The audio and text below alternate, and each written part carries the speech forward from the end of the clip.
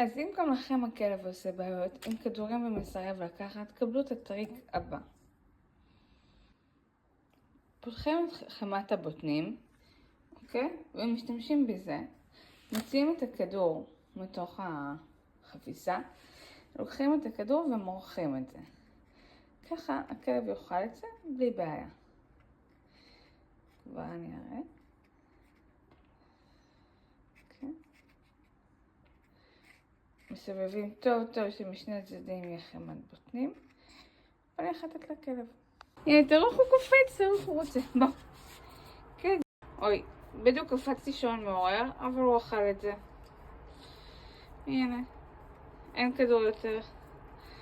תראו, הוא מלקק. כל הכבוד.